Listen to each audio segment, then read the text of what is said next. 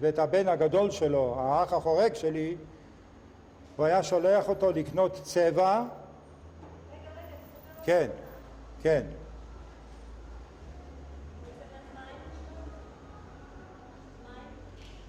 נקנה קצת מים, אם יש זמן, נקנה 2 מים. תודה.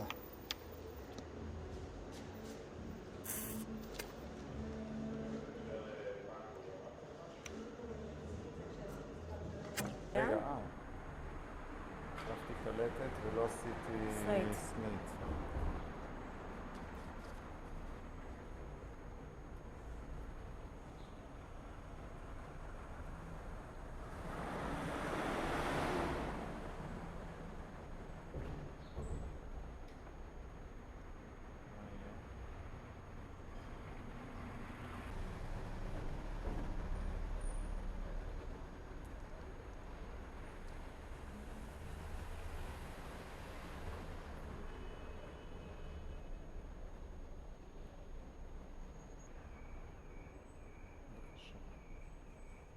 אז אתה רצית להמשיך לספר לנו על בית כנסת.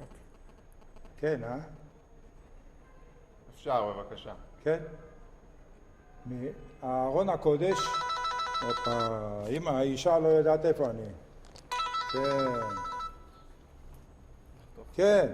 כן, אוקיי. אפילו צילמת את אני מדבר בפלאפון, נכון? לא עצרנו. לא צילמת. עכשיו רציתי. עכשיו. במקום איפה שארון הקודש שאמרנו שהוא במזרח, מצד שמאל של הרב, של זה שעושה את הקידיש והקוגיל, רבי הירש, יש ארון הקודש, ובארון הקודש הזה ספרי תורה, איזה 6-8 ספרי תורה, אני כבר לא זוכר בדיוק כמה, וזה היה מאוחסן ביחד עם הכותנות שלו, מלובש הכל, והפרוכת שמעל ומתחת לספרי תורה היה מחסן של כל הכלים ושל כל השמלות ושל כל התלבושות ושל עוד דברים שהיו שם מאוחסנים. וגם החנוכיה הייתה מאוחסנת שם, היו מפרקים אותה לכמה חלקים, את הזרועות ואת הרצפה. כן. ומתחת לבמה היה גם כן ארון גדול, בתוך הבמה, איפה שקראו בתורה, מתחת לבמה הייתה גם כן ארון גדול, ושם גם כן היו מאוחסנים כל מיני כלי קודש, כמו הרימונים, כמו שאר הדברים שהיו תולים על הספרי תורה, שם היו מאוחסנים. עכשיו, משמאל, אולי תשבי גם? משמאל לארון הקודש, היה עוד 2 מקומות ישיבה, שם היה יושב אחד בשם הרב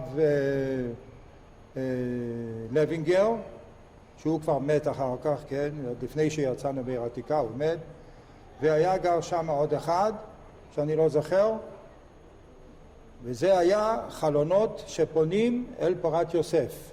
גם איפה שאבא היה עומד בצד מזרח היו החלונות פונים אל הדרך של הכותל, שם היינו משם, מהחלונות האלה, היינו רואים את החלק של המסגד עומר, של המדע-אקצה, ואת הר המוריה מסביב, וכמעט ראינו את הר הצופים. כמעט חלק קטן מאוד של הר הצופים היינו רואים. וגם בהמשך שלו, בחלון הזה, שהיה איפה שהרב לוינגר, היינו רואים את חצר פורת יוסף, דרך הגינה שאנחנו יכולנו לעבור מתחת לבית הכנסת, איפה שהיה המקווה של הרב זוננפלד, שם היינו יכולים לעבור לצד השני ולהיכנס לפורת יוסף. חוץ מהדרך הראשית שהיה, כמו שהראיתי לך למעלה, מעל יד משגב לדח, למטה. זה היה מרשים יותר מאשר לעבור דרך הגינה עם הקוצים. אבל בלית ברירה היינו לפעמים ילדים, היינו עוברים, לא אנשים מבוגרים, כי זה היה צריך לצאת דרך חלון ברזל כזה, שאי אפשר היה בקושי, צריך להתכופף, ותראו ילדים יכולנו ללכת לשם. מה יהיה? אי אפשר? זה בסדר. זה בסדר? עוד שנייה.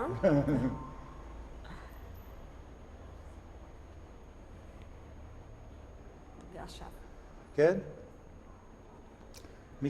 מצד שמאל של האיש הזה שישב, היה שולחן גדול, ארוך גם כן, כמו שהיה בכניסה. היו 3 שולחנות כאלה. אחד איפה שישב אבא עם הרב יונגרייז, אחד למטה על יד הכיור, ועוד אחד שבין המקום ששם ישב הרב חזן. היה אשכנזי, רב חזן, חסיד ליטאי, שהיה לו 3 בנים בבת אחת, ועליו יש סיפור שלם, אבל לא עכשיו. והוא היה יושב שמה, והמחיצה של העץ המשולש, שאמרתי לך קודם איך הייתה נעשית, היה בינו לבין עזרת הנשים. והמשך יותר למטה כלפי חוץ, עד ארון החשמל שהיה, היו שם עוד 3 מקומות, ששם היו יושבים עוד אנשים. ומסביב לבימה גם כן היו יושבים שם בערך איזה 8 איש, 10 איש, היו יושבים שם. זה כל בית הכנסת. הכיפה הייתה כיפה יפהפייה, ממש מצוירת, עם לוסטרה גדולה מאוד, שבהתחלה זה היה שמן, נרות שמן, אחרי כן עשו חשמל, כשהגיע חשמל, עשו חשמל וזה נהיה אור. הקירות שסיפרתי לך שאני הייתי מטפל בהם, זה היה קירות שאז לא היו עושים שיש בקירות. היו צובעים את זה כפלטות בגודל כזה, בגובה של 80 סנטימטר, איפה שאנשים היו משינים את הגב. היו צובעים אותו בצבע אחד. על זה היו צובעים אותו בעוד צבע בהיר, כמו שנשים עושות היום פסים, כן? כך היו עושים את זה שהיא דומה לשיש. אז היו צובעים את זה נגיד בחום, ועל החום פסים של אפור, ופסים של זה נראה כמו שיש. ואת זה אני הייתי, העבודה שלי בתור ילד, היה לחדש את זה תמיד, שיהיה יפה ושיהיה נחמד. זה היה כל הקירות מסביב לבית הכנסת. והכיפה כבר אמרתי לכם, זהו שיש על בית הכנסת. אז בואו נעלה עכשיו למעלה. כן, בבקשה. תודה רבה.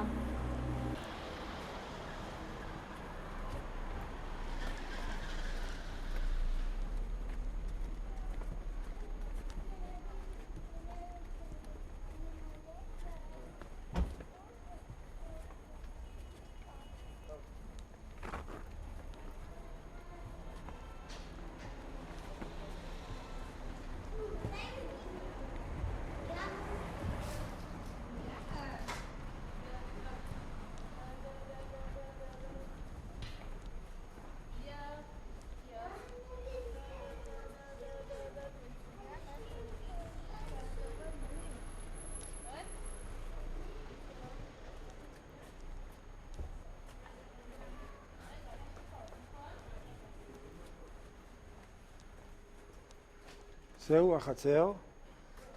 איפה הוא? אתה פה. פה בחצר הזאת, כאן היו גרים משפחות. זה היה משפחת ברגר, המלמד שלי, הוא ואשתו ו2 בנים. יוסלה ויאנקלה, 2 אחים.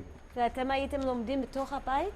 הבית ספר שלכם היה בתוך הבית? לא, אמרתי לך בבית שני של בית הכנסת. מה סיפרתי לך? בית שני של בית הכנסת, שם הוא היה מלמד אותנו. מה חשבת על המלמד הזה? מה? איך הרגשת כלפי המלמד הזה? הוא מלמד א' ב', מלמד אותנו לקרוא בתורה. זה הכל, מה יש להתייחס? הוא היה צועק לפעמים שלא מקשיבים. מה יש עם מורה בגיל כזה ב2.5, 3, 4? לא, אין שום דבר. פה היו גרים השכנים, והנה פה המדרגות שדיברתי לכם, שאין עלייה למעלה. אני חושב שהם לא עשו עלייה למעלה. פה יש דירה הזאת של האישה הזאת, שהייתה מתפללת, האמריקאית שהייתה מתפללת עם תפילין וטלית, במקום הזה. כאן. אני רוצה לראות אם זה מהתקופה ההיא. כמה שאני זוכר זה כן מהתקופה ההיא, כי המדרגות עוד ישנות.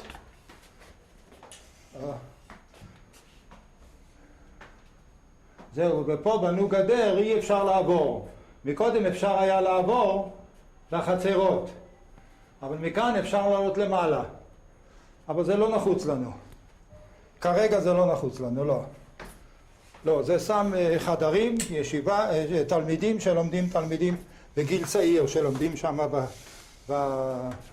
למעלה, בתוך הקומה. המון חדרים.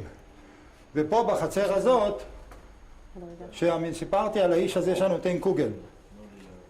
זה היה בחצר הזאת שעולים למעלה, בחצר הזאת, כן. שעולים למעלה.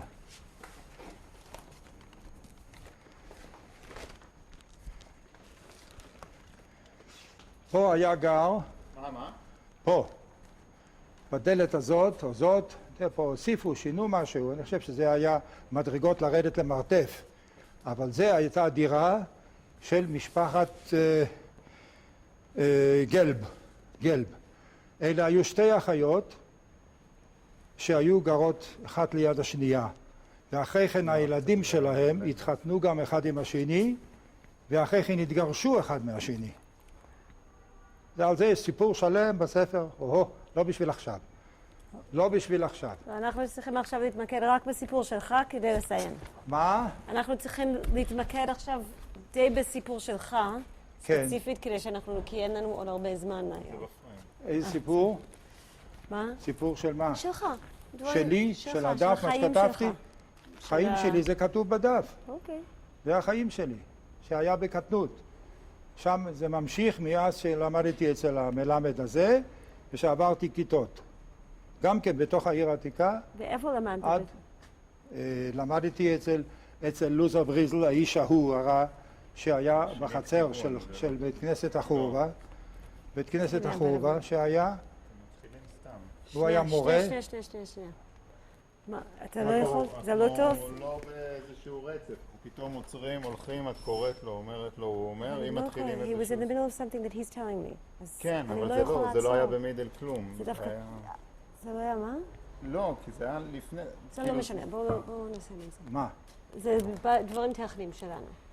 דברים ששייכים לכם, כן, אבל הוא שמע את כל מה שדיברתי, כן, הוא שמע הכל. שמע את הכל, בסדר, טוב, מה שיש ביניכם לא מעניין אותי. לא, כדאי להגיד את זה שוב. יגיד את זה שוב. כן. אחרי שלמדתי פה אצל הרבי הזה עד גיל 4, 4.5, עברתי לכיתה יותר גבוהה של רב לוזה בריזל, שהוא היה מלמד תלמידים יותר מבוגרים בתוך חצר בית הכנסת החורבה.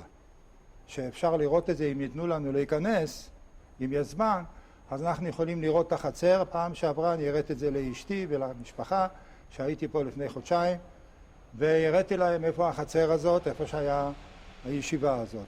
שם היו שני מורים, אחד לוזה בריזל ואחד זיידל שפירא, שהם היו המלמדים של הכיתות היותר גבוהות. ועוד יותר גבוה, שלמדתי אחריהם. ואיך היה לכם בבית ספר שם? איך היה? שוב פעם, אנחנו למדנו אז את כל הפרשה כולה, ולמדנו אז רש"י לקרוא, ולמדנו אז גם קצת גמרא, למדנו קצת בעל פה, קצת בהבנה. זהו, ואחרי כן עברנו לכיתה יותר גבוהה, שהיה אחד בשם אנשין, שהוא קרוב מאוד אל החצר של איפה החניות. שם, בסוף רחוב היהודים לכיוון המכוניות, בתוך חצר, ששם היה גם כן. ועוד ישיבה הייתה של הרב זיידל הזה, שפירא, הוא היה מלמד בתוך בית הכנסת של רחוב חב"ד. שם יש להם בית כנסת של החב"ד. אז הוא היה מלמד שם. והוא גם היה מלמד גם בחורבה, לתלמידים יותר צעירים. והרב אנשין הזה היה מלמד אותנו כבר גמרא ותלמוד הרבה יותר מתקדם מאשר שלמדנו אצל לוזה בריזל ובכיתות הנמוכות. מאיזה גיל? ובזה נסתיים. העיר העתיקה, הלימודים נסתיימו. אחרי כן באיזה גיל? הלכתי העירה. זה היה בערך בגיל 9, משהו דומה לזה. נגמרו הלימודים שם ואני הלכתי העירה. בעיר הלכתי ללמוד, אבל זה כבר לא שייך לעיר עתיקה. זה אמנם שייך, אבל זה היה בעיר החדשה, כי פה כבר לא היה לכיתות גבוהות. אז אני הלכתי ללמוד בישיבת חיי עולם, בכיכר השבת. שם למדתי 2 ושם נבחנתי אצל משגיח אחד, שקראו לו קראו לו רב מרדכי ריישר. מרדכי ריישר. הוא היה משלם לי גרוש עם חור בשביל כל דף גמרא שהייתי אומר בעל פה. ולמדתי, והייתי תלמיד טוב ולמדתי. אחרי שנתיים עזבתי משום שאבא לא שילם את השכר דירה, את השכר לימוד. הוא חשב שהוא רב גדול, מגיע לו בחינם. והישיבה מתקיימת על כסף של התלמידים. אז ככה היו בעיות. משם עברתי לישיבה של הביטור הכרת האמיתיים בתוך 100 שערים, שנקרא תורה ויראה. שם זה היה אינקוויזיציה, זה לא היה תורה שם. אני אספר לכם סיפור קטן, תן לי לעמוד בצל רגע. סיפור קטן, אתה יכול לצלם אם אני עומד פה? כן? בסדר? שם באיזו ישיבה אחת שאנחנו למדנו, לא למדתי הרבה שם כי ברחתי משם, שם לא יכולתי, שם הגיעה אליי ההתנגדות הדתית. היינו שיספר מההתחלה רק את הקטע הזה שהוא בישיבה הזאת. של תורה ויראה? טוב, אוקיי. כן, נו, זה ההתחלה. I understand, but you didn't... לקודם. אבל אתה עשית את זה, אנחנו באמצע... לא משנה. בוא נעשה. זה לא מתחבר לכלום בכל בוא ננסה את זה. מה? זה בישיבה חדשה, אחרי חיי לא, רק עולם. אני אומר שתגיד את זה שוב, את מה? את חיי עולם או את תורה ויראה? החדש עם ב100 שערים, עם האינקוויזיציה, זה החדש, נו, זה ב100 שערים, שהייתה ישיבה שם קטנה של כמה 50, 80 ילדים, אני יודע. המשגיח היה אחד עם תחתונים לבנים, כל החלטים האלה, והוא היה מקפיד, היה צריך להביא כל יום, היה צריך להביא פתק מאבא, שאני התפללתי איתו שחרית, אם לא היית משלם קנס של 2 מיל. יום אחד, זה היה בסוף המלחמה, כשהרב הרצוג היה הולך להביא את ילדי טהרן, זה מפורסם בסוף המלחמה שהציל את הילדים, וגם הביא כסף לישיבות. באותו יום עשו צום שם בישיבה, והתחילו להגיד תהילים, והשגיחו שכולם יפקו ויגידו תהילים, וקראו פסוק בפסוק, יענני השם ביום צרה, כמו שכתוב בספר תהילים, ועשו מזה חגיגה שלמה. ואני אמרתי, רבי, אתם לא רוצים את הכסף של הציונים, אל תיקחו, מה אתם עושים מזה מהומות? מה אתם עושים רעש מזה? התחלתי שם לשנוא את כל החבורה הזאת, שם נולד לי הנתק ואני ברחתי משם. למדתי שם חצי שנה או שנה אולי וברחתי. אמרתי לאבא, יותר שם אני לא זוכר, אפילו אם תהרוג אותי במכות, אני לא חוזר לשם. וגמרנו את הסיפור. ואיפה למדת בזמן המצור? בזמן המצור לא היה שום דבר מה ללמוד. מה היה לי ללמוד? אז מה עשית? הייתי גדול כבר, הייתי באצ"ל. היינו בשמירות על העמדות. מה הייתי צריך לעשות במצור? הייתי חייל. עכשיו, אחרי כן, אחרי הישיבה הזאת, ואחרי מכות מאבא, ואחרי איומים וכל מיני דברים, ואני לא רציתי לחזור בשום אופן לשם, אז הוא הלך והביא אותי לישיבת עץ חיים במחנה יהודה. שם אני סקסקתי, למדתי 4 שנים שם. והייתי תלמיד מצטיין. הרבה 48. מה? אחרי 48? לא, הכל מדובר לפני 48. מדובר שאני הייתי בן 12. ושם היה לי גם אבר מצווה בגיל 13. ובגיל 13 אני הייתי החזן של כל אבר מצוות. הייתי שר להם, ביידיש. Ein Ticken Tag wirst du בר מצווה, von anderen Beinen wirst du עושה מצווה. ככה, היינו שרים ביידיש לכל התלמידים, כל פעם בכיתה אחרת. והיה עוד סיפור בישיבת עץ חיים. היה מורה אחד, אני למדתי שם אצל 4 מורים. המורה הראשון היה אחד בשם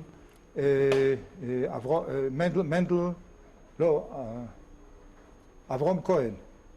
הוא היה מעשן ומרביץ לילדים האצבעות, ואחרי כן יש לך סירחון של סיגריות על הידיים. אחרי כן היה המורה בכיתה יותר גבוהה, מנדל וולפה.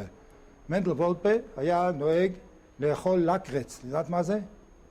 זה חומר כזה, זה דומה, זה לא ניקוטין, אבל זה חומר חריף כזה שלא עשים אותו. ואני לא יודע למה לדמיין אותו, זה לא ננה ולא זה משהו כזה לקריץ, ואת זה הייתי קונה אצל הערבים בבטרק. ואחרי כן למדתי אצל רב אברום יברוב. הוא היה המורה שלי, ואצלו אני סקסקתי והכל. עד שבסוף בא אליי גם שם הרב לוין, הידוע, אם שמעתם. לא שמעתם על הרב לוין, רב האסירים, רב של האסירים, שהוא היה מבקר אז את האנשי אצ"ל בבית סוהר בזמן הבריטים. והוא בא אליי ואמר לי ביידיש, יוסף לייבלה, ככה הוא היה קורא לי, יוסף לייבלה, אני מצטער, תut mir sehr leid, אני מצטער מאוד, הוא אומר. dein Tate, האבא שלך, לא שילם שכר לימוד. את נשבצול דמונתליך, דמונתגלד, את השכר החודשי, ולכן אני צריך לשלוח אותך, תגיד לאבא שימצא לך בית ספר אחר, וזה הכאיב לי, זה נתן לי מכה בלב. ומאז התחלתי להתגלגל, נסעתי אחרי כן, אחרי זה כבר היה שהייתי בגיל 13.5, 14, אחרי הבר מצווה, ואז שלח אותי אבא ללמוד בישיבת נוברדק בבני ברק. עד לשם הוא שלח אותי, להתפטר ממני, בבני ברק. ושם למדתי גם כן איזה שנתיים, עד שהישיבה נסגרה. הישיבה נסגרה מחוסר כסף, כי זה היה מלחמה ואין כסף ואין במה לקיים, כי זה היה כמו מוסד פרטי, אבל את השם הוא לקח מהעיר נוברדק, מפול. ובזה נגמר הלימודים. אחרי כן, קצת לפני המלחמה שפרצה, אז הוא הביא אותי ללמוד אצל הרב כהנא, הרב של ורשה, שהוא היה משלם כסף בשביל התלמידים. הוא היה מלמד, הוא היה מגיד שיעור 2 ביום אצל אנשים מבוגרים. אני הייתי ילד אז, והוא היה מתעסק עם מבוגרים, והוא אמר לאבא, זה לא מתאים לילד. לא המסכת של זבחים, שזה לומדים אנשים מבוגרים בגיל 40-50, וזה גם לא יבין מה שאני מדבר אליו בכלל. אבל זה לא עניין אותו. ואז קרה שבא המצור ובא הכל, והכל נגמר. פעם אני אספר לך על מה, על הרב כהנא, מה הוא היה ואיך היה הבית שלו. הוא היה גר בחצר, איפה שוויינגרטן, בתוך החצר של אור החיים. שם הוא קיבל דירה. זה לא לספר על דבר, לא תאמין מה שהיה לו, מה שהוא הביא מרכבת קסטנר. זה משהו לא רגיל. ואשתו הייתה נראית כמו מלאך, והוא, כמו אם ראית פעם את משה רבינו בתמונות, עם הזקן הלבן הגדול. בעיקר זה מופיע באושפיזין של הסוכות ששמים, אברהם, יצחק ויעקב, כל האבות שלנו. כך הוא היה נראה, ואיש טוב, איש טוב. זה לא רגיל. באה המלחמה, חתכה את הכל. נגמר הסיפור. ואחרי כן כבר היינו צריכים פרנסה, כשבאתי מהשבי, אז האמא התגרשה, שאני גרמתי לזה מכיוון שהם לא חיו טוב ולא היה תמיד בעיות. התגרשו ואני לקחתי על עצמי את הפרנסה והתחלתי לעבוד בחשמל, נהייתי אחרי כן קבלן גדול של חשמל וגם קבלן בונה, והתחלתי לפרנס את המשפחה וברוך השם הצלחתי לסדר את כולם ורכוש והכל. הכל הלך למישרין וכל המשפחה הייתה שקטה מכל הצרות האלה, מהדת ומכל הדברים האלה, שזה היה מאוס לכולם. אי אפשר היה כבר לחיות ככה. אפשר לחיות בצמצום. תארי לך שאבא הקדיש שילינג בשבוע ל6 איש לאכול בשבוע. איך אפשר? אבל זהו, זה מה שהיה. ולכן זה לא היה חיים, זה היה צרות צרורות כל הזמן. זהו. בוא נעלה למעלה. זה החיים. בוא נעלה למעלה. אולי אני רגע... פה זה השכנים. שם שהוא בא, ואז נראה גם את... כן?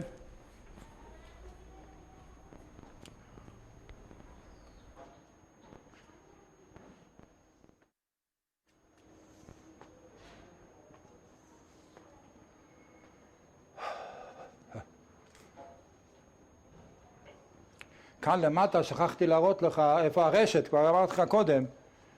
כאן או בצד או בחלק השני, זה הבית המרחץ המלוכלך הזה שאני אמרתי של חסידי ברסלב. זה היה פה, באחת החורים האלה, שהשאירו אותו על כנו. ופה היו השכנים שהיו גרים פה, שהדיירים שהיו אז. אתה רוצה שמות? אני יכול לתת לך שמות. כן. זו החצר האחרונה שיש למעלה, יותר נכון.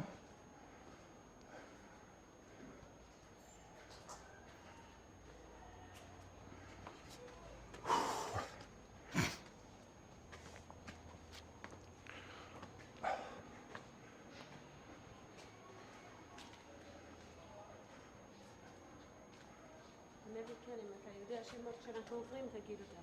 מה? אם אתה יודע שמות כשאנחנו עוברים, תגיד אותם, אבל לא צריכים לחזור לשם. כן, פה, אם אתה יודע. כן, פה היו שמות של זה היה אחד נתן תפילינסקי, קראו לו, ושם היה לייבל בקר, ופה היו, לא, הלוגנס היו שם, לא פה. פה היו דירות אחרות, וזה אני כבר לא זוכר, וזה כל החצר למעשה, וזהו.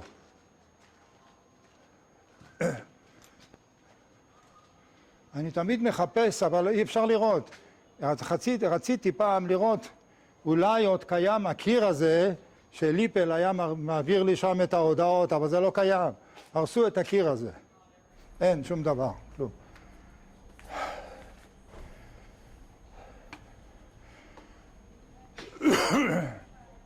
שנייה רגע, אנחנו נעבור.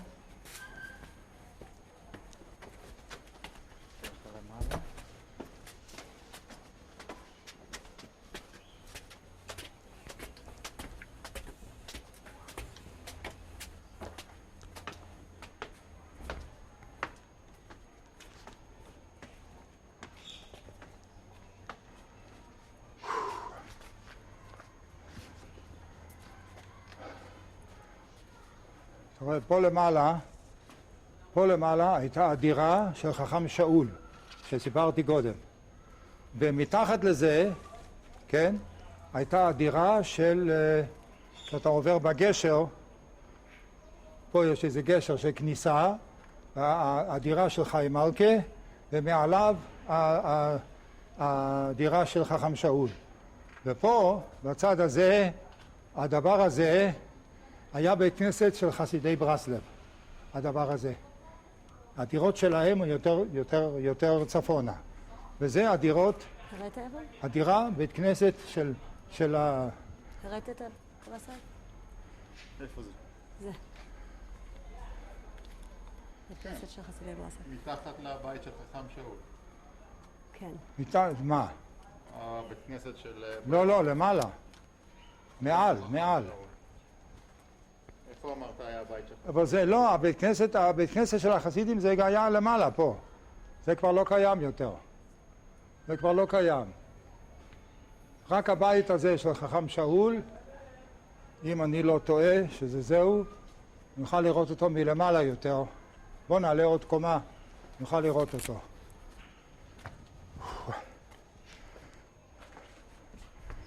אין כוח. די. ופה הייתה גרה אישה אחת בשם חבצ'רנה, שקראו לה חבצ'רנה. וזה החצר של הלוגנס, חצר של האלמנות. זה החצר של האלמנות. מה זה אומר? הבתים האלה, הדירות האלה, היו של נשים בודדות. כשסיפרתי לכם שהייתה פה מינדל פונדיגז, ואחת מינדל שהייתה עושה פיתות, אז כל אחד קראו לו בשמות כאלה. ופה היו הדיירים, הנה. כאן למשל, הבית הזה, כאן, זה היה הבית של קופרמן. נוח קופרמן, שאימא שלו נהרגה מפגז פה בחצר. כאן, במקום הזה. ושם למטה, לא הראיתי לכם, היה בית של שכטר, ששם נהרג הרב של הכותל, אורנשטיין ואשתו, נהרגו בחצר התחתונה פה. זה בטח יש לכם מה שהיא סיפרה לך, נכון? ופה, היו גרים כל מיני אנשים פה, פה היה גר גרומן, בדירה הזאת גרומן, ושם היה ירחמיאל המגיד, יש עליו סיפור שלם בספר, שפעם גם הלכה לו את הכובע קש במאה שערים, סיפור. ושם בקצה היה גר הבקר ואחד בשם ויינבך, קראו לו בומבך, אבל קראו לו, הוא היה ויינבך. זה היה בלי אמא, אבא עם שני בנים. ועל ידו היה גר אחד בשם הבקר, שהיה לו בן בשם נחצ'ה, והוא לא היה הולך בדרך הטובה, ואבא שלו צעק עליו, כי הוא היה מתעסק עם הבנות, זה לא מצא חן בעיניו, אז הוא שלח אותו והוא נעלם. לא ראינו אותו יותר. עזב, הלך העירה, הלך לתל אביב, זהו. למעלה בחצר הזאת היה גר אחד בשם אלטובסקי. הסבא של אחד שיש עליו סיפור גדול עם הבת של הדירה הראשונה בשם גלב, שהראיתי לך. סיפור מרתק, אבל זה לא בשביל עכשיו. לא בשביל. אי אפשר גם לספר את כל הספר. נכון. אז זהו. טוב, נעלה למעלה.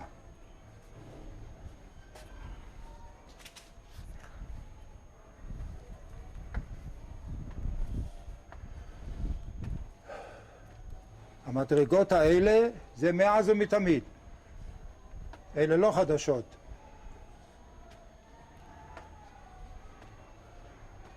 וואו.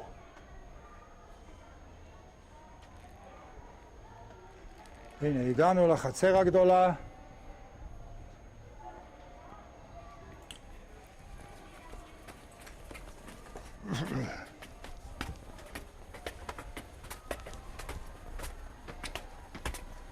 אתה רואה? למעלה פה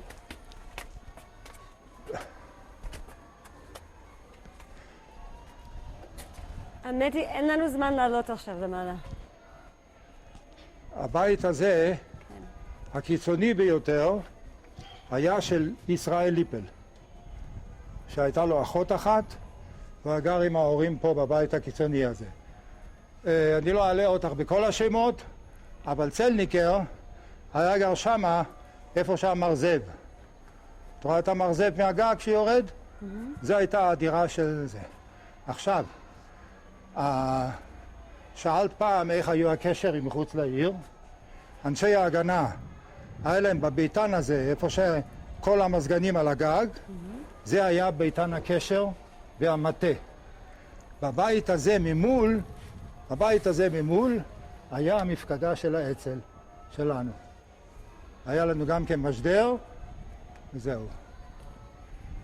שינו קצת פה, שינו קצת שם, אבל זה נשאר הכל, כמו שצריך. אני עייף, רבותיי. אתה רוצה לשתות מים? מה? אתה רוצה לשתות מים? לא, לא כדאי שאני אשתה מים. אנחנו הולכים לשבת עכשיו בספרדי, במרכז הספרדי. בצל, מים. טוב, בסדר. כן. בסדר. עכשיו, פה יש יציאה של כניסה, מה שאמרתי, השער הקטן שהביא המפתח, כאן, איפה שהעיגול הזה, יש שם יציאה, כמו השער שלנו למטה. אז זה אותו דבר למעלה. ופה, בפנים, בתוך הזה, פה זה הלוגנס, מה שנקרא, ופה בפנים היה זה שהיה מחלק את הקוגל פה בבית השלישי, והקצה היה אחד בשם סלים גינדי. הוא היה מגדל ממול השער הזה שישנו, ממול, היה עוד שער שהוא עצמו שמר עליו ולא היה לאף אחד מפתח. לפני שישראל שכבשה חזרה עשתה שם מכל העסק הזה, הרסו שם הגויים את הבית חרושת למצות שהיה. זה את יודעת מזה? כשאני הייתי שם מטעם אבא, הייתי מפקח כשרות. והבעל הבית רצה שאני גם אעבוד קצת. אז הכנסתי את הבצק למכונה והלכו לי כמה אצבעות, הבשר, אבל זה צמח מחדש, זה לא היה בעצם, רק בשר. אז, וזה בגלל שרציתי לקנות חליפה, כי לא היה לי חליפה. אבא לא קנה חליפה. לבר מצווה, מה הוא עשה? הוא הזמין את החייט, והוא נתן לו חלוק שלו, ישן, ומכנסיים, שזה כבר היה משופשף מישבנו כל כך שנים, והוא נתן לו, כי הוא שואל אותו, איפה הבד בשביל לעשות לו חליפה לבר מצווה? אז הוא אומר, הנה, קח את שני הדברים האלה, תעשה לו. ואני התחלתי לבכות, אמרתי, אבא, מה זה? כל אחד מקבל חליפה לבר מצווה? אתה נותן לי סמרטוטים? אני לא מסכים, אבל זה לא עזר לי. והייתי מצד שני צריך להגיד דרשה גדולה בשביל הרבנים, שיוכל להתפאר, הבן שלי, זה התורה. אז זה היה ניגודים, כל החיים ניגודים אחד גדול. זהו. והוא היה מגדל עיזים וגם כן מביא את החלב פה למכור לכל האנשים. סלים גינדי היה מגדל עיזים, וזה היה השטח שהוא היה מגדל אותם, זה מול השער הזה שיוצאים, היה עוד שער, והשער ההוא היה רק בידו המפתח, ושם היה הר גדול, שבזמן אחרי המלחמה, שעשו שם את הגנים ואת הדרכים ללכת ולבוא, הורידו את ההר, וסגרו גם את השער שלו, ואין יותר עיזים, ואין יותר שער, ואין כלום, חוץ מהשער הזה שיוצאים מפה. זה מה שנשאר. ולמטה עשו טיילת, שאנשים הולכים. בוא נלך עכשיו לשבת. כן? טוב. זה מצוין, תודה. טוב. החצר הזו הייתה יותר גדולה. תסביר עוד פעם. ופה במקום הזה, במקום איפה שהבית הזה עומד, היה משטח גדול מאוד של תל כזה גדול. כן. פה הייתה הדרך ירידה אל בית הכנסת. זו אותה דרך מה שאנחנו היינו מקודם, צד השני. הייתה דרך שיורדת ישר לבית הכנסת. ועל יד זה, וזה לא היה, כל הדבר הזה הוא חדש. ופה היה, בחלונות שאני סיפרתי לכם, שני הקצבים שהם היו שם זמן. בסדר, הכל בסדר. אז איפה היה הבית שלך מפה? הבית שלי מפה היה כאן. תכף פה, אחרי זה. פה הייתה גבעה גדולה, במקום הזה, שהיה גבעה של... היה חורשה קודם כל לאורך הקו, עד שאתה מגיע שם מאיפה שאנחנו נכנסנו מרחוב המידן, שהראיתי לך את הסמטה שעולים אל הבית. אז בו היה גבעה גדולה, ולפנים היו ברושים גדולים מאוד שהיו מסתירים את הגבעה, ועל הגבעה הזו אנחנו היינו עושים מלחמות עם הילדים הספרדיים על זריקת אבנים קטנות. ופה היו בשטח הזה, היו 4 בורות מים גדולים, שמהם היינו שואבים מים בשביל השכונה. והייתה תקופה שהמים, לאנשים היה קשה, אז בא להנה אחד בשם עלי ואשתו פטמה, והם היו שואבים את המים, והיא הייתה מביאה על הראש עם בגלה, הייתה מביאה לכל אחד פח במיל. היא הייתה מביאה, וכולם היו להם בבית, היה להם חבית של 15 פחים, היא הייתה מביאה, והוא היה ממלא, ואחרי כן משלמים לו, וזהו. והיא הייתה הולכת, והייתה לו אישה יפהפייה, הייתה הפטמה הזאת. והוא כבר היה זקן, מבוגר, והרגליים שלו, האצבעות שלו, היו כבר כאלה מקובצות כאלה, שקשה היה, עקומות, מקובצות, אני לא יודע, קשה מאוד להסתכל. אבל היא הייתה יפהפייה, ותמיד הוא האצבע. למה את עומדת? והיא הייתה יחיפה, והולכת לכל אורך הדרך, ומביאה לכולם את ה... עכשיו, הבית שלנו, זה בדיוק איפה שאת רואה, הבית אחרי הבית הזה. אחרי הבית הזה את רואה בית? זה בדיוק היה הבית שלנו, שהרסו אותו. זה, הבית הזה, שם עם המדרגות, עם הזה. וזה בנו מחדש כמובן. עכשיו זה בית רוטשילד, אתה בטח יודע. ופה בבית רוטשילד היו 3 תושבים. כל קומה 3 תושבים. זה גם כן היה אנשים מכובדים. פה למשל בראשון היה גר אורי אמבורגר. היה לו בן אחד בשם חיים. בשני הייתה משפחת וינוגרד, שאשתו הייתה שטחנית גדולה מאוד. בתור אישה שנייה, והם היו משפחה שלנו. הזרח הזה שאני נקרא על שמו, היה לו בת, התחתן בזמנו בשנת 1800 וכמה, התחתן לפני שעלה ארצה, התחתן עם משפחת וינוגרד, והוא הגיע איתה ארצה. היא מתה צעירה, והוא נשאר פה, והוא בא להנה, והוא הקים ביחד עם משפחת וינוגרד, הם הקימו את ישיבת תורת חיים שקיימת עד היום.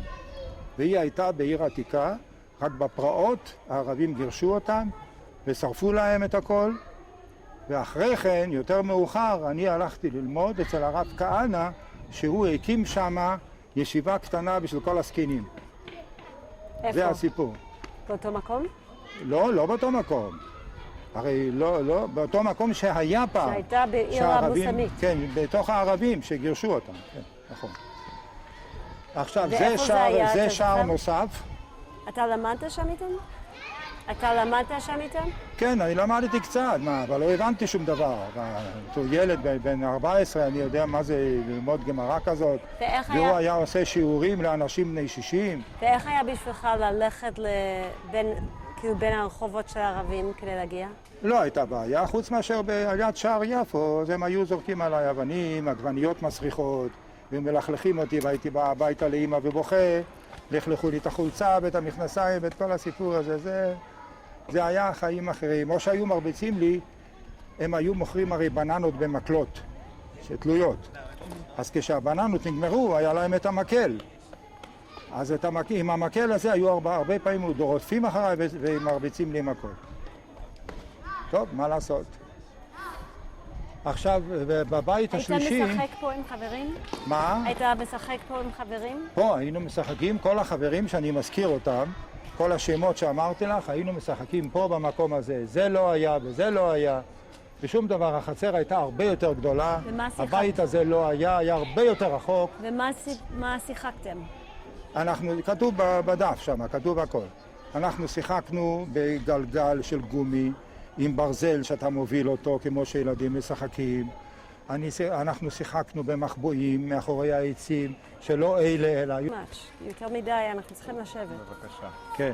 אז מה היה המשחקים? המשחקים, אמרתי לך, גלגל גומי, של אני יודע מאיזשהו דבר, חתוך כזה שהערבים היו חותכים, וזה היינו לוקחים מקל ברזל דק, של 6 מילימטר ברזל, והיו עושים בזה קיפול כזה, שהגלגל היה נכנס פנימה, וזה מוביל את הגלגל. זה היה משחק. זה היה נחמד, כי לאופניים לא היה לנו לאופניים. והיה לנו משחק של מחבואים, והיה לנו משחק של גולות, והיה לנו משחק של אג'ואים. אג'ואים זה גרעינים של מישמיש, זה אג'ואים. והיה לנו עוד, יש מפורט בזה, מפורט עוד משחקים שהיינו משחקים, כולנו. והיינו יושבים לנוח גם לדבר פה ולשוחח על הלימודים, על החברים, על הכל. כמו ילדים, ממש. היינו משחקים פה יפה מאוד, היו ברות מים, וזהו. אז בוא נלך כן, לאן אנחנו הולכים? למרכז הספרדי כדי לשבת ולעשות את הרעיון שאתה כמה דברים מסונרים, ואז לא טוב, אז אנחנו נצא. מפה את רוצה לצאת? מפה ישר. מפה? טוב, זה שער שמיים. כן. רחוב שערי שמיים. כן, וישר... זה הדלת שנשארה כמות שהיא. נתחיל בזה שתגיד לנו שאתה החלטת לכתוב, להביא דברים על הכתב. בסדר? אוקיי? על עכשיו? כן, פשוט תזכיר לנו מה אתה עושה עכשיו. מה אני עושה עכשיו? עכשיו אני מצלם בשביל שעם ישראל יראה את כל תולדות ההיסטוריה של העיר העתיקה ואת האנשים שהיו גרים שם ובמה הם עסקו ואיזה אנשים חכמים הם היו וחיו הרבה שנים בלי דאגות. אנשים לא מתו בגיל צעיר כמו שקרה, אנשים מתו תמיד מעל 90. רק במקרה של מחלה אז זה קרה. אבל בדרך כלל אנשים חיו הרבה מאוד שנים. עכשיו אתה כתבת דברים בכתב. למה כן. כתבת בכתב? שאני לא אפסח על משהו, שאני לא אשכח משהו. אוקיי, אז בבקשה. אני אתחיל מההתחלה, כן? כן. כן. דבריי אלו נאמרו לצילומי האינטרנט להפצה באמריקה, שישמרו לדורות ביהדות ובזכויות העם ועל שורשיו בירושלים מקדמת דנא בארכיון מוסקוביץ'. אני זרח יוסף לייב, בנם של שושנה, שקראו לה רייזל ביידיש, לבית קליין, שם המשפחה הקודם שלה, ופנחס האבא לבית אפשטיין, מנשואיו השלישיים. אנחנו בנשואיו השלישיים. נולדתי בי"ח בסיוון תרצ"א, 6 ביוני 1931, במשגב לדח שבעיר העתיקה ליד בתי מחסה שנקרא דר יידישר פלץ, זה המגרש הגדול למעלה. אמי עלתה ארצה מהונגריה ב-1918, בת 18, לאחר מלחמת העולם השנייה, ואבי עלה ארצה מביאליסטוק בתרס"ה, שזה 1905, והוא בן 18. אחיו זרח אפשטיין, הבכור למשפחתו של הרב ישעיהו, שהיה האבא של אבי הסבא, שקראו לו ישעיהו, עלה ארצה שנים רבות לפני רבי פנחס ואביו, כי רבי פנחס ואביו נדדו בישיבות עד גיל 17, בכל ישיבות בחוץ לארץ, אחרי שאימא שלו נפטרה כשהוא היה בן 4. והוא בא ארצה וייסד עם משפחת וינוגרד, אלה שאמרתי שגרו שם ברוטשילד, את ישיבת תורת חיים, והרב זורח היה ראש המטיפתא שלה, הוא היה ראש הישיבה. אם אני יכולה לעצור אותך שנייה? מה? אני רוצה לעצור אותך שנייה. אז האבא שלך ומשפחת וינוגרד ביחד יצרו את תורת חיים? לא אבא שלי. הסבא. האח של אבא, זרח, הדוד שלי. הם יסדו כי הם באו הרבה לפני אבא לארץ. הם באו כמה וכמה שנים, אני לא יודע כמה, לא כתוב. אני גם לא מצאתי מקורות. ולכן והוא ניסה למשפחת וינוגרד בחוץ לארץ עוד עם אחת המשפחה, והוא בא ארצה איתה. אז מה ידוע לך על ישיבת תורת חיים? זאת הייתה ישיבה גדולה של תלמידים רבים, תלמידים גדולים, חכמים גדולים, שיצאו משם רבנים. זה דומה היה אז למה שהיה ישיבת חברון, שיש בכיכר השבת, יש שם ישיבת חברון. וזה היה דומה לישיבת פונוביז' שבבני ברק, ששכחתי מקודם את השם, של הרב כהנמן המנהל, ואני הייתי שם. בזמן שאני למדתי בישיבת נוברדק, אז אני הלכתי שם לבקר. ופעם אחת, כשהייתי שם, ודיברו עליי שבחים שאני שר יפה ויודע להתפלל, אז הזמינו אותי פעם אחת בשבת לבית הכנסת הגדול של בני ברק, ושם עברתי לפני התיבה בתור חזן בשבת תפילת שחרית. פעם אחת. זהו. עכשיו, הרב זרח, אח אבא, נפטר בחודש סיוון תרצ"א, בשבוע בו נולדתי אני, וברית המילה נערך תוך כדי השבעה. כאשר הרב יוסף חיים זוננפלד היה הסנדק שלי אז, ואבי קראני על שמו של אחיו זרח, ושמי השני יוסף לייב, הוא על שם סבי מצד אמי שנפטר בחול, שקראו לו יוסף לייב, טרם עלות אמי ארצה. הוא נפטר שם בחוץ לארץ כאשר היא עלתה כבר ארצה. שנות ילדותי עברתי בבתי מחסה שבעיר העתיקה. יחד עם אבי התפללתי בבית הכנסת בית מאיר ואוהל יצחק, שאבי היה הרב של בית הכנסת ושל העיר העתיקה. בגיל 2.5 למדתי בחדר אצל המלמד דרדקה, מלמד הילדים, שקראו לו בנימין ברגר. זה שהראיתי לכם את הבית שלו, תושב בתי מחסה. החדר היה בבית שני, מה שנקרא השטיבל של בית הכנסת, ובחצר היינו משחקים בהפסקות של הלימודים. למדנו א' ב' בתחילה על ידי שינון עם טעמי המקרא, שהסברתי לך כבר מה זה. קמץ א' קמץ ב' בא וכן הלאה. וכאשר ידענו את האלף בית, למדנו חומש, וקריאה של פסוקים שלמים, וכן ההפטרה של השבוע. בגיל 6 עברתי ללמוד בחדר של ישיבת עץ חיים, שבחצר חורבת רבי יהודה החסיד, אצל המלמד רבי אליעזר בריזל, ולאחר מכן אצל המלמד רבי אנשל, שהוא היה שם ליד החקורה, בחוץ פה. ברחוב היהודים ליד החקורה הספרדית, וכן אצל רב זיידל שלימד בבית הכנסת של החב"ד ברחוב חב"ד. לאחר יום לימודים של אחר הצהריים היינו משחקים לרוב ברחבה הגדולה שלפני בית רוטשילד במשחקים שונים. בטרם יצאתי מהבית לשחק עם החברים שלי, אמא הכינה לי חצי כיכר לחם שחור שהיינו קונים, שהוצא ממנו התוכן הרך, והוא מולא במקום הלחם הרטוב הזה, מולא בתבשיל של ירק. זה יכול להיות במיה, זה יכול להיות אוכל אחר, ועם זה רצתי לחברים לשחק.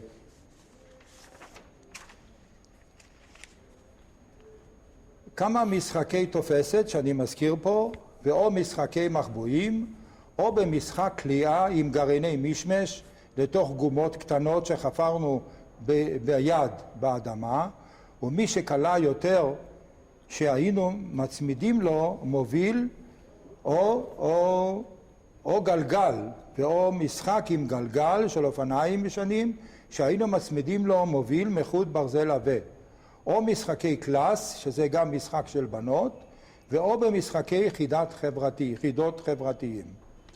החברים בגילנו שמשחקים יחד היו שכטר יעקב מאיר, בנו של דוד, נוח קופרמן, בנו של שיהו המשמש בקודש בבית הכנסת ניסנבק, לייבל רוטה, בנו של הסופר סתם שהזכרנו אותו קודם, רבי יהודה אושר, ישראל ליפל, בנו של רבי הרשלייב חוסיד ברסלב, ואילן רבינוביץ' שלא אמרתי לך קודם, בנו של רב שמואל רבינוביץ', עובד בית המטבחיים. ואם את רוצה, יש לי פה סיפור יפה על רבינוביץ'. יש לך זמן לשמוע? אם זה סיפור יפה. סיפור קטן. כן. הם היו חרדים מאוד מאוד, המשפחה הזאת, מאוד מאוד. הם היו מחסידי חב"ד, והם היו מאוד מקפידים, ואסור היה לגבר, או בחור אפילו צעיר, לדבר עם בנות, חס וחלילה. אבל הייתה למשל הבת של רב אברום מגר, שהיא הייתה אישה, בחורה צעירה, חופשייה. היא למדה בתור אחות, היא הייתה אחות ציבורית נדמה לי, או אחות בית חולים, והיא למדה בחוץ והייתה ליברלית. קופרמן היה ליברלי. והיו עוד, אז הוא פעם, איזה פעם שהוא עמד לדבר, ובא אחד כמו לוזה בריזל, ואכל קורצה, שאת יודעת כבר מה זה, אצל האבא של הבן של נוחם רבינוביץ', הבן נוחם רבינוביץ', שהוא מת לפני 1.5 שנה. הוא היה רב אחר כך, רב גדול. האבא שלו לא ידע משום דבר, הוא אמר שהוא הולך אחרי תפילת ערבית של שבת בלילה, הוא הולך קצת לטייל בחוץ, לשאוף אוויר. אבל הוא למעשה הלך בשטח, והוא מצא את אחת הבנות, והוא דיבר איתה. כמובן ממרחק של 2 מטר, חס וחלילה, לא קרוב יותר. ואז עבר מי שעבר, והוא בא לאבא שלו, וסיפר לו את הסיפור. הוא הזדעף מאוד, והוא חזר לשם לחפש את הבן שלו. הוא מצא אותו בדיוק כשהוא מדבר איתה, מרחוק אבל מדבר. הוא משך אותו ביד הביתה בצעקות אימים. שגץ, אתה מדבר עם בנות, אסור לך לדבר עם בנות, לפני שאתה מתחתן אסור בכלל לדבר עם בנות. ואחרי כן הוא לקח אותו הביתה ושכבו לישון, ומחרת בבוקר הוא חשב שבזה הוא גמר את הסיפור, שיותר לא יקבל עונש. אבל האבא שלו היה מאוד מאוד חריף וחרדי. הוא לקח אותו למחרת בבוקר, אחרי שהוא התפלל בבית כנסת של החב"ד, הוא לקח אותו בחקורה במגרש הגדול הזה כמו שאת רואה, שם היה איזה עץ אחד קטן, והוא קשר אותו רק עם תחתונים, והוא הרביץ לו במכות הכי קשות שיכול להיות. ומאז הנוחם הזה, הבן, לא הראה את פרצופו בפני החברים ובפני בנות. זה נגמר. הסיפור נגמר. זה היה עונש שלו, על שהוא דיבר עם בנות. זה סיפור, דרך אגב, שאני מספר. זה כתוב בספר בפרוטרוט.